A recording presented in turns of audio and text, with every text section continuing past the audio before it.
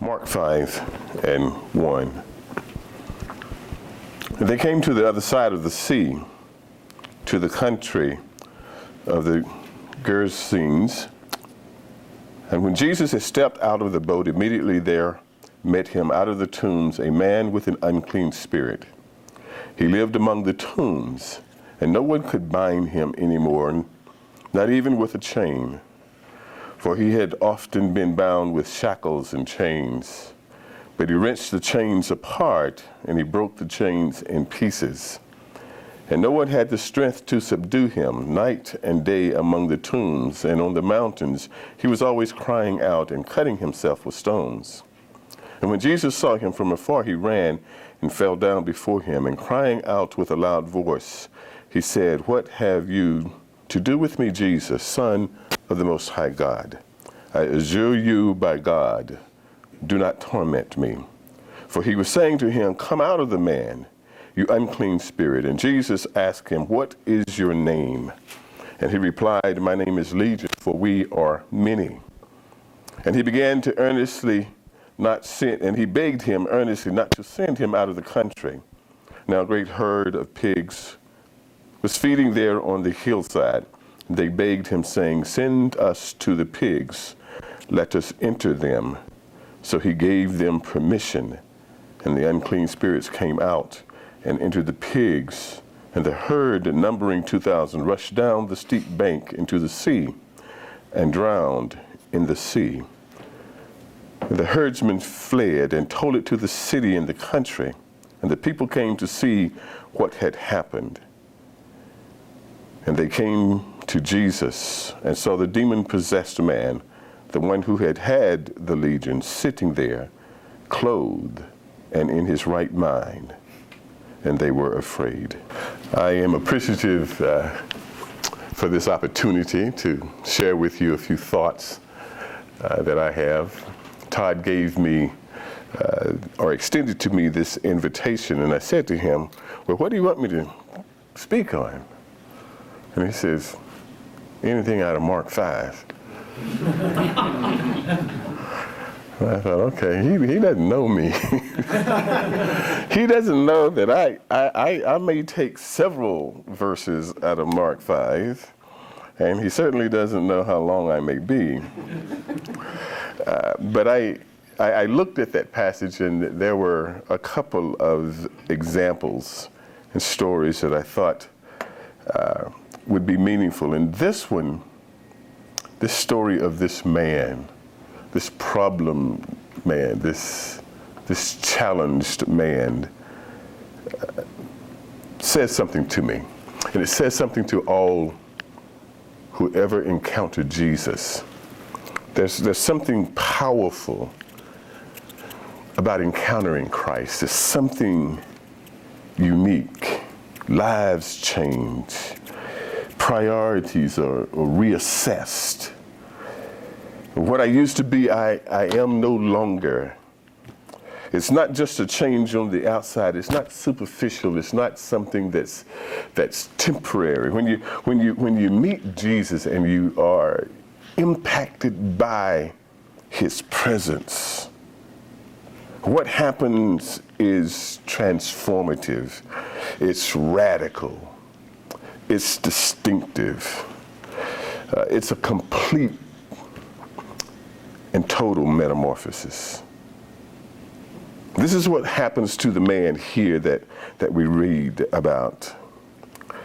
And what's important in all of that I read is not how many demons he had in him, not whether or not there was one or two individuals, not whether or not the locale is correct. What's important is the same thing that can be important for you and me. What happened to this man after he encountered Jesus? And so for emphasis again, it's the kernel is Mark 5:14b and 15, where the people who heard about this came to see what was happening. And then they saw a man that they had not seen before, yet they had seen daily. the passage says, and they were afraid. And I wondered who that really referred to. Did it refer to them being fearful of Jesus? Were they fearful of what had happened to the man? But there was something that touched them, that resonated because of what happens. And look at this man's life. He lived in uncleanliness. He lived among the tombs, among the dead. This was the perfect place for demons. Satan regularly dwells in those places where life is most profane. Before Christ, he was homeless. He was friendless. He was tormented by the voices within him. They controlled his life. They controlled his environment. They controlled even his destiny. In the past, some thought they had the solution. Some had tried to change him. They tried to subdue him. They tried to rehabilitate him. And that feat and every feat that they tried proved impossible. Not even chains could hold him. It seems the real chains that held on him was stronger. Some dark matter, some dark energy had a greater hold. And then one day this man, whose life was literally out of control, met Jesus. And Jesus, was like no one he had met before. There was an immediate impact. There was just something about the presence, about being in the presence of Jesus. Mark says he ran and he fell before him. This man from whom everybody else ran, now ran to Jesus. And this man now fell at Jesus' feet. The demons drove this man here, who had driven him from all human relationships, now drove him to the feet of Jesus. I don't think it was worship necessarily. I think it was an acknowledgement of who Jesus was. They recognized this man's power. They recognized his majesty. They recognized his deity. As a matter of fact, they recognized that he was the Son of the Most High God. When I think about this, I think of John in Revelation, who turns and he sees Jesus. He falls before his feet. I think of Peter, who falls before Jesus and proclaims, I'm a sinful man, oh, simply because he realized in whose presence he now stood. What do you consider the miracle? Some people think that it was the exorcism of the demons. They think that's the miracle. Well, I don't know, perhaps it was. But I think we need to consider the transformation of the man himself. He was no longer in danger to himself or to others. He was now clothed. And more importantly, Mark says he was in his right mind. Where there had been torment, there was now comfort. Where there had been pain and agony, there was now contentment. Where there was chaos, there was now order and peace. And all of this because this man had met Jesus. And the people, they saw it too. And that's important. In the epilogue, that becomes important. They saw a man now without chains, without restraints, proper, at ease, and they could be at ease around him. Something was new. The 2015 theme at Wheless Lane is taken from Paul. And Paul says, therefore, if anyone is in Christ, he is a new creation. Old things are passed away. All things are new.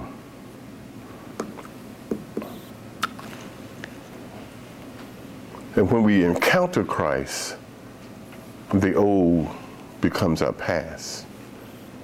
There is a great and promising future. It is real. And we can change not only our world, but the world around us. That's what we try to do, and that's what we try to communicate to others that the presence of Jesus does. You'll notice that, and I to get back to my original question, I think those who were fearful were afraid of Jesus, because you remember they asked him to go do his ministry somewhere else. And this man wanted to go with him because he had been touched. Perhaps he wanted to know more. Perhaps he wanted to be further instructed. Perhaps he wanted more of that peace that he got by being with Jesus. And Jesus says, no, your mission is here. Your task, your responsibility is here with the people who know you. There is no better herald, there is no better ambassador for Christ to anyone than someone in whom the change that Christ brings is concrete, visible, and real.